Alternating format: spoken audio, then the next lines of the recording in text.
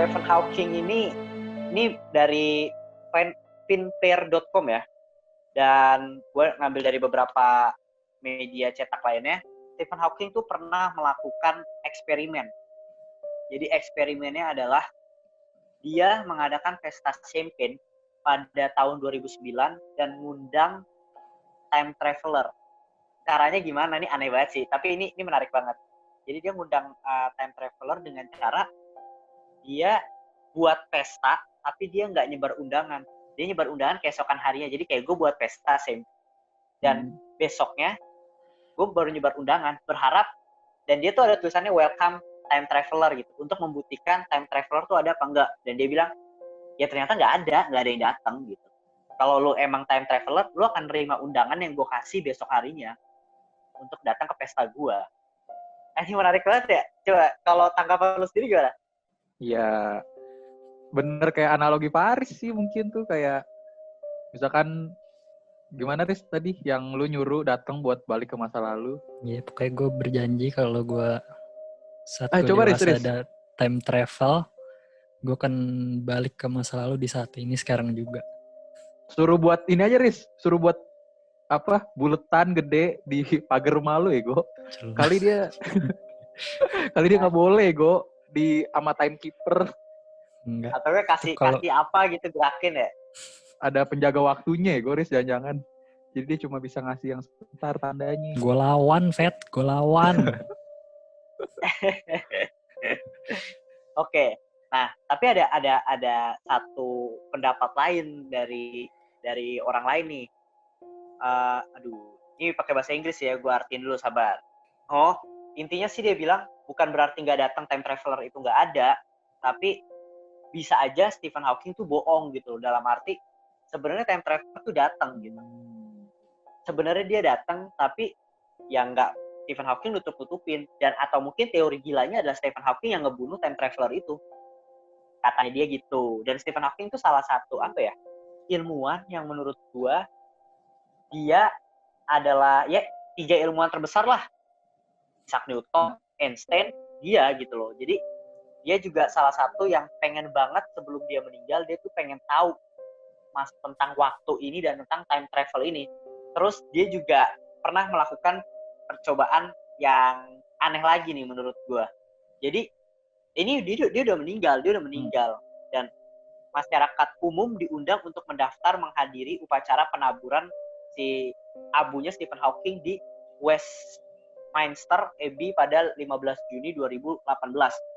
Karena keluarganya tahu Stephen Hawking ini terobsesi banget sama yang namanya time traveler. Jadi dia rencananya ngundang time traveler untuk hadir di acara penyebaran abu Stephen Hawking. Dia kayak nyebar formulir atau mungkin kayak Google Docs gitu untuk ngisi, dan lu bebas tanggal lahir lu tuh mau kapan aja, misalnya Bimo 2038 gitu, buat membuktikan bahwa gue time traveler datang ke acaranya si Stephen Hawking ini yang udah meninggal gitu, dan tetap gak datang gitu, karena dia berharap keluarganya itu Stephen Hawking udah salah satu ilmuwan yang berjasa untuk dunia, untuk mengetahui tentang si waktu ini, masalah dimensi dan lain-lain. Jadi time traveler harusnya gak ada alasan untuk datang dan nemuin dia gitu. Dan pasti kalau di masa depan ada yang namanya time traveler, dia akan tahu nama Stephen Hawking gitu. Pendapat lu gimana nih? Kalau gue antara nggak ada sama si time travel emang malu-malu. Ya stay low gitu loh. Jadi dia kayak nggak mau mungkin identitasnya lah, ya buat apa juga anjir. Kalau dia datang mungkin bakal menimbulkan sesuatu hal yang berbahaya mungkin buat di masa depan. Ya, tapi kalau yang Stephen Hawking ngebunuh, gimana cara ngebunuhnya anjir ya? Stephen Hawking ALS. jadi ngeledek anjing. Teorinya jadi ngeledek dah. Aneh anjir dibunuh Stephen Hawking. Ya, tapi ya mungkin ada orang lain dan lain. Tapi itu menurut gua menarik banget. Dia tuh salah satu ilmuwan yang dia percaya kita tuh bisa ke masa depan, tapi kita nggak bisa ke masa lalu. Karena dia nggak percaya masa lalu tuh menurut dia terlalu beresiko untuk kita bisa ke masa lalu. Ya karena grandfather paradox itu yang kalau misalnya lu ke masa lalu, lu ngebunuh bapak lu dan lain-lain, gini, terlalu kompleks dan lain-lain. Cuma dia bilang possible kalau kita bisa ke masa depan. Ya pakai cara Ya, yang tadi sih. bukti simpelnya adalah ya pakai cara yang tadi, bener banget. Gitu. Iyalah kan dia meneliti ya. black hole, jadi dia Coba. tahu pasti harusnya. Lagi nih ya, Stephen Hawking, kata dia nih, mesin waktu itu bukan hal yang mustahil. Ia pernah mengatakan bahwa pesawat luar angkasa nantinya akan mencapai kecepatan yang sangat tinggi. Dan bagi orang-orang yang berada di dalamnya, waktu akan berjalan lebih lambat. Tapi dia menambahkan kendaraan antariksa semacam itu hanya dapat melakukan perjalanan waktu menuju masa depan, tidak ke masa lalu. Bahkan ia tidak setuju terhadap ide untuk pergi ke masa lalu. Banyak efek berbahaya yang dapat terjadi, seperti perubahan kenyataan di waktu yang sebenarnya. Waktu 6 tahun bagi pesawat antariksa tersebut untuk mencapai kecepatan puncaknya di luar angkasa yang setara dengan 98% dari kecepatan cahaya, 1 miliar kilometer per jam. Jadi Stephen Hawking ini, dia bilang bahwa NASA dan lain gitu, ilmuwan lainnya tuh emang lagi nyiptain satu alat yang dia tuh pengen explore space kan. Kita tuh pengen explore luar angkasa kan. Jadi kita tuh lagi menciptakan sebuah mesin yang emang kuat untuk kita mengeksplor space. Dan dia bilang jika kita pengen yang namanya, gue bilang tadi time travel, itu butuh waktu 6 tahun lagi untuk menciptakan alat tersebut tuh bisa setara dengan 98% dari kecepatan cahaya itu sendiri. Kata dia gitu. Dan ini artikelnya tahun 2017 atau 2018 gitu. Terus prediksi berikutnya adalah titik terjauh dari Bima Sakti. Dengan alat ini bisa mencapai, jadi kita bisa ke ujung Bima Sakti itu dalam waktu 80 tahun perjalanan. Dengan perhitungan 1 hari di dalam pesawat akan sama saja dengan 1 tahun di bumi. Anjir. Jika kita membuat pesawat luar angkasa yang cukup cepat, maka kru yang berada di dalamnya barangkali dapat mencapai bintang di luar sistem tata surya dalam masa hidup mereka. Namun bisa jadi waktu di bumi sudah berlalu 2,5 juta tahun. Ini kata Brian Cox menambahnya. Namun untuk mencapai hal tersebut, pesawat semacam ini membutuhkan persediaan bahan bakar yang luar biasa besarnya, yang belum dapat dihitung. Tentu saja semua itu masih sebatas teori yang entah bisa diwujudkan atau tidak. Jadi ya intinya kayak gitu. Stephen Hawking berpendapat alat ini tuh bisa diciptain. Dan manusia nantinya akan bisa menciptakan alat yang kecepatannya 98% hampir sama dengan kecepatan cahaya. Dan kita bisa ke ujung Bima Sakti tapi membutuhkan waktu 80 tahun. Yang seharinya di bumi itu udah 1 tahun gitu. Apa mungkin sebenarnya mereka tuh udah melakukan perjalanan waktu, ya tapi mereka belum balik gitu loh. Ya kita kan nggak tahu. Gimana tanggapan kalian? Ini menarik banget sih menurut gue. Kalau menurut gue sih bisa dicapai sih. Cuma waktunya pasti bakal lama deh. Menurut gue bisa sampai 50 sampai ratusan tahun lagi kayak baru bisa deh. Nggak mungkin dalam 10-20 tahun. Enggak. Iya sih. Bukan time travel. Apa tadi? Space travel pakai kecepatan cahaya. Ya.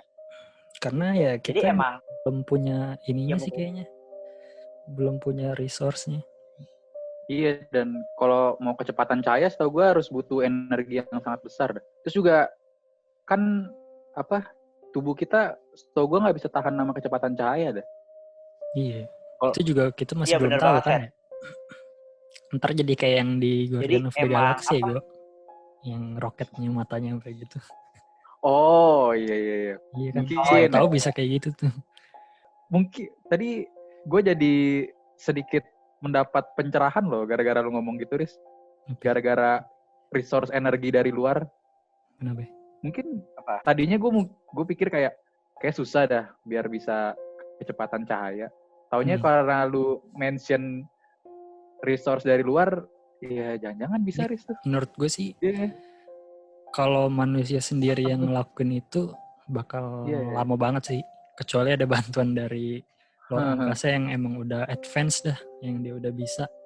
Baru kita bisa dalam waktu cepat kayak gitu. Anjir, ini ini menarik banget sih. Stop. Tapi nanti kita 2024 mau ke bulan, bro. Mantap. Asik. perempuan pertama di Tungguin bumi. ya, kita Tungguin bungkam. 4 tahun lagi. Jadi udah ya segini aja ya. Kita sebenarnya pengen banget nih ngebahas black hole, bantuan dari luar dan lain-lain.